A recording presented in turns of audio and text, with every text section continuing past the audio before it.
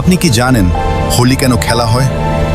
আজ আমরা রং খেলি, হাসি, আনন্দ করি, কিন্তু এই উৎসবের শুরুটা হয়েছিল আগুন থেকে। অনেক বছর আগে ছিলেন এক অহংকারী অসুর রাজা হিরণ্যকশিপু। তিনি চাইতেন সবাই তাকে ঈশ্বর মেনে নিক, কিন্তু তার নিজের ছেলে প্রহ্লাদ ছিলেন ভগবান বিষ্ণুর ভক্ত। রাগে অন্ধ হয়ে রাজা সিদ্ধান্ত নিলেন প্রহ্লাদকে আগুনে পুড়িয়ে মারা হবে। তার বোন হোলিকা, যার ছিল আগুনে না পড়ার বর, সে প্রহ্লাদকে কোলে নিয়ে আগুনে বসল, কিন্তু সেই আগুন পুড়িয়ে দিল অহংকারকে। হোলিকা ভস্ম হয়ে গেল আর প্রহ্লাদ বেঁচে গেলেন। সেই থেকেই আজও জ্বলে হোলিকা দহন, অশুভের বিনাশের প্রতীক। আরেকটা গল্প আছে, রঙের গল্প।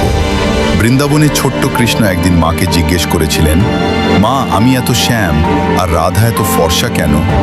মা যশোদা হেসে বলেছিলেন, তুই রাধার গালে রং মেখে দে। সেই সরল দুষ্টুমিতেই শুরু হয় রঙের খেলা, অভিমান ভুলে যাওয়ার খেলা, ভালোবাসার খেলা। তাই হোলি শুধু রঙের উৎসব নয়, এটা আগুনে অহংকার পুড়িয়ে রঙে রঙে ভালোবাসা খুঁজে পাওয়ার গল্প। এই হোলিতে আপনি কাকে প্রথম রং মাখাবেন?